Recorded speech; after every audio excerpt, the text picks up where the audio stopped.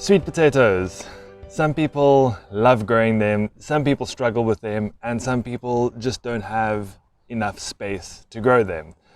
Don't worry, I'm going to show you how you can grow an endless supply and continuous supply of sweet potatoes with almost no effort, and it's going to keep yielding time after time. You're never going to end up with such a big harvest you don't know what to do with. I'm going to show you how you can achieve that. So as you can see, I'm sitting in my lush food forest at the bottom part of the garden where I just let things go wild and let nature do its thing. I'm also growing a whole bunch of sweet potato. I've done a harvest here already and got some really nice tubers that came out of here. But you can see it just keeps going. And I'm going to show you it's about 6 meters that way as well. And this vine in front of me actually came from all the way around this corner. So it's basically a never-ending vine. I can harvest continuously. I don't need to harvest the entire thing. I can harvest them as I need, big, small, it doesn't really matter. It just gives me the flexibility to be able to just keep growing and growing and growing and growing and putting the vines through little spaces, and the roots aren't that deep. So when I do need a sweet potato or two for supper, dig your hands in, pull it out, put the soil back, boom, done. And you let the rest of the vine grow. So the rest of the video, I'm going to do close-ups, show you a few different techniques to keep your sweet potato vine going. And we're very lucky here in Cape Town in South Africa that our climate allows sweet potato to grow right through the year. So for us, it's a no-brainer. It doesn't bring soil diseases like normal potatoes.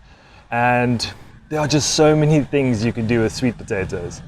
So first of all, how do sweet potatoes grow? They grow by sending down roots, and from those roots they develop tubers. They also send out vines, which are, you can see, these things that are pretty long and they sit on the top of the surface and they just keep growing. A lot of people trellis them vertically and they produce an awesome, luscious harvest of leaves. Now these leaves are incredibly nutritious and they are an amazing replacement for spinach. You cook them up in a range of different dishes, so not only do they produce amazingly sweet tubers, they give you the leaves as well. But in terms of growing, everything happens underground from a root and tuber point of view, and they have these runners.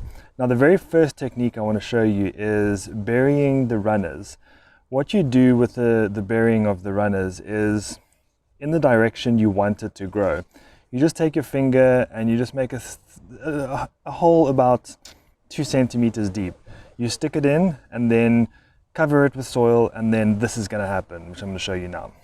You can see this is one of the buried vines, and if I show you here, that's where one of the roots were. It's come out of the ground. I didn't bury it digging. Oh, I actually didn't bury this at all. It just rooted itself.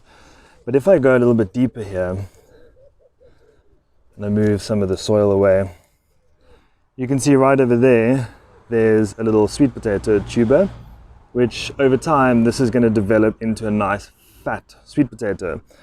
And I don't want to damage these, but if I move this away, you can see there's a root that's come off one of the nodes over here.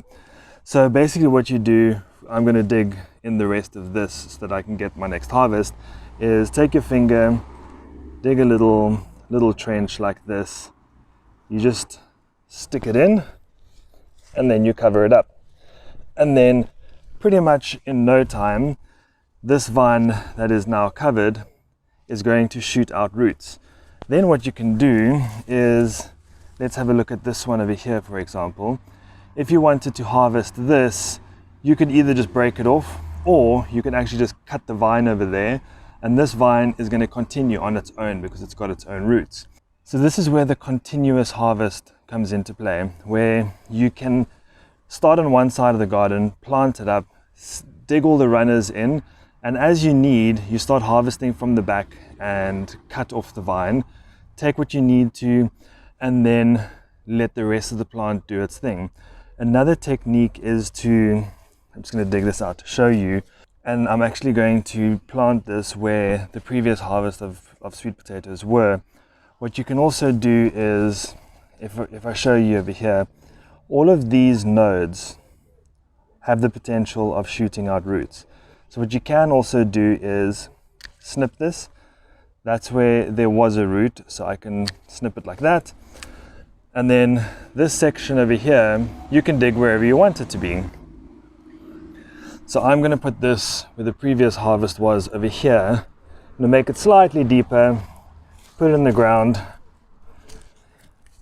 and then this is going to root and start sending out its own new runners. This one again, you can see I've cut over there, but there's a side branch, side shoot that's come out there. So this is the one that I'm just going to create a little trench, put it in, cover it up, and there I've got my next planting of sweet potatoes. Almost practically no effort, continuous harvests, huge harvests. And let's have a look and see how this has developed over time on my side. So we have terrible moles here at the moment, and that's why there's some gaps and some issues, but in essence, here's the main plant. This is the section where the mole has been causing an absolute nightmare for me. But you can see all the way from underground over there, from the mother plant, the top of the vine is sprouted over there. Here's part of that main vine. They all share the same one, but if I wanted to, I could even cut it over there. And here's the very, very end of the sweet potato plant that has sprouted out. And this one got damaged to the point that it was completely severed. Now, if I have a look here, I'll show you what I mean. I dig down a bit. You'll see there's the vine that was completely severed off from the main vine over here. And look at all of these roots. If I go further up here, you can see the roots are just absolutely everywhere. So this one will take a bit of time to send out tubers, but in essence, I'm going to be getting sweet potatoes from this. And as I sink in this vine into the ground, it's going to send off more roots. And then we've got a beautiful interplanting in the food forest of strawberries on top, sweet potatoes underneath, just a beautiful mix to create a lovely integrated food system. So that was just a super quick video to show you 2 techniques that I use to create a continuous harvest of sweet potato, where I never need to plant a new plant again. I can just use the same plant, keep it going. You can grow it in a bed and the same principles apply. Just keep creating those little trenches, cover it up, and you can make it go in squares or circles. Start harvesting from the back. Like I showed you with the one technique, snip off a section, plant that at the very beginning and start again. So then the one ends up chasing the other one as you go along, and you just keep harvesting sweet potatoes as you need them. So what's happening here is you are not waiting 18 months for a nice big harvest of sweet potatoes. Then you end up with 50 kilograms of sweet potatoes that you don't know what to do with. This is a harvest. It can spend 2 years in the ground. You can eat the leaves all the time. You can start at the one side and they can end up getting really, really big, because what you have is you have an integrated system that doesn't rely on having to have a bed for succession planting with seasons. It allows you to just use nature, use the space that you have, combine above ground growth with bottom growth, and then with minimal disruption, just stick your hand in, take the sweet potato out, and use as you needed. I hope this quick video gave you some value, showed you something you might not have known before. If you like it, please give me a thumbs up. Please share it out to communities that you think might benefit from these 2 techniques. And yeah, please subscribe to my journey so you can see what I'm doing.